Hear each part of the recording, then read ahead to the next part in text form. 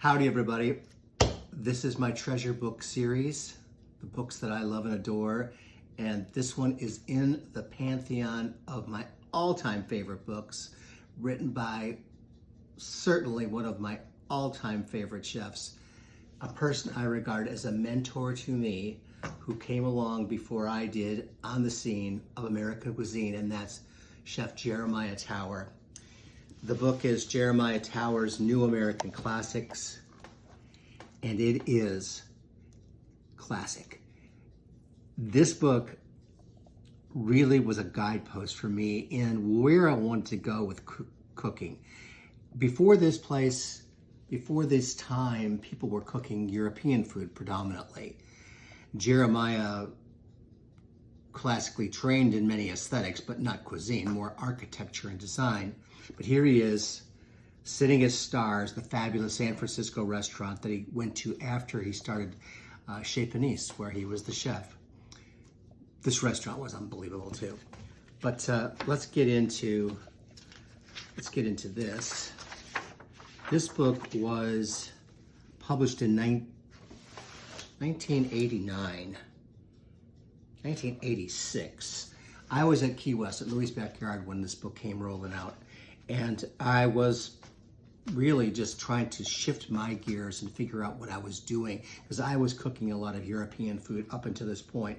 When Jeremiah's book came out with all this beautiful photography and the forthright nature of it, I was just wowed by it. It was instructional. The preface, I have to read this part to you. I started my cooking career in 1972 as a chef of Chez Panisse restaurant in Berkeley, California. After 2 years, I had landed on my feet and looking around for ways to challenge the restaurant. I started a series of special monthly dinners, each one featuring a menu from a region of France. When after a year, most of the regions had been used up, I turned to Morocco and finally to Corsica, with great difficulty in finding anything Corsican that anyone wanted to eat. Jeremiah's always funny as well as being erudite.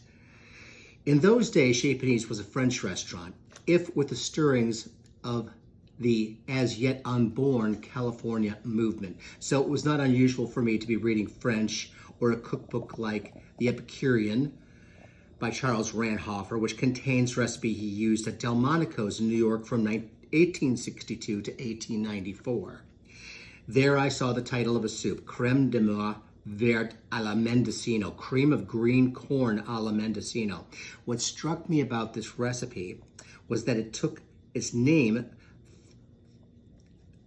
from a town right up the coast from me in San Francisco. What I wondered were chefs in New York doing with food from this area of the world. And why, Jeremiah is saying to himself, why am I scratching around Corsica when I have it bountifully all around me here in California? So he has this epiphany, this moment where he realizes that as opposed to cooking all this European style things, he should be cooking from his own backyard. He writes, "It was American food using French cooking principles. I could not contain my exhilaration over what I beheld as the enormous doors of habit swung open onto a whole new vista, and I began to compose an American regional dinner. California, not Corsica." Ladies and gentlemen, that was what I needed to read and realize through the pages of this book. Beautiful photographs. And I looked it up. You could actually buy this book online for like $7. Jeremiah, a brilliant culinary mind, and probably one of the most incredible menu writers in our time. You just have to go back to the Chez Panisse menu cookbook, which Alice wrote, and look at the menus at the back of the book there. You'll see time and time again what they were doing. But by this point in time, he'd moved on from Chez Panisse, and he was at Stars, and he was doing American food with California style. As was my custom back in this time, I took a piece of paper, a legal type piece of paper, and I began to write down the names of the dishes that inspired me. The page numbers are right here. And then to your right, this column here It's excerpts or snippets of what I came to call my dream sheets. And this was kind of a culinary diary that I was keeping at the time, and I still keep it. And this was just me making notes or riffing on things that I wanted to try and do, but not in California, in Key West, and eventually up in Miami as well.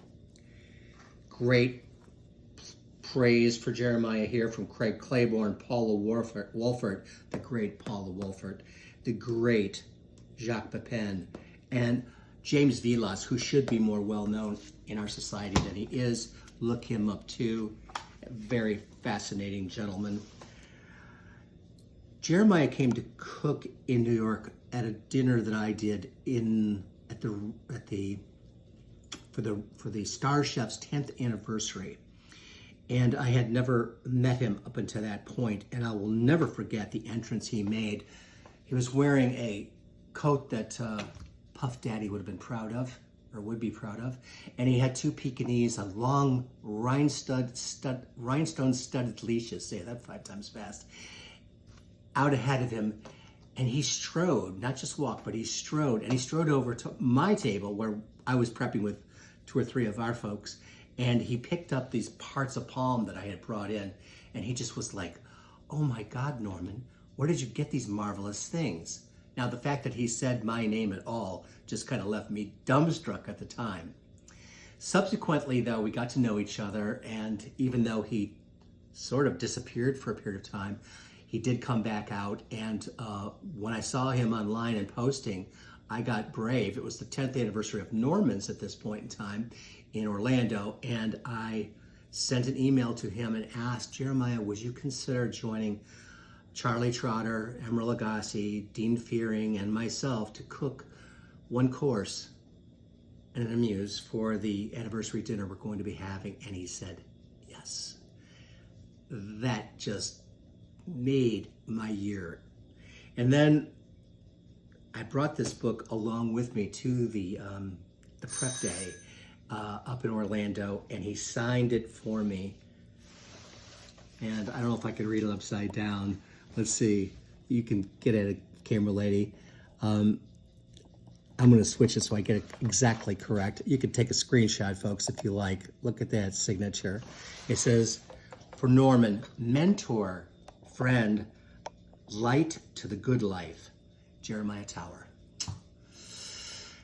Yes, treasure book. I urge you to go out and get your own copy, and maybe one day, if you're lucky, Chef Jeremiah Tower will sign it for you like he did for me. You'll be inspired by this book, I promise you. I'll talk to you all soon with another book.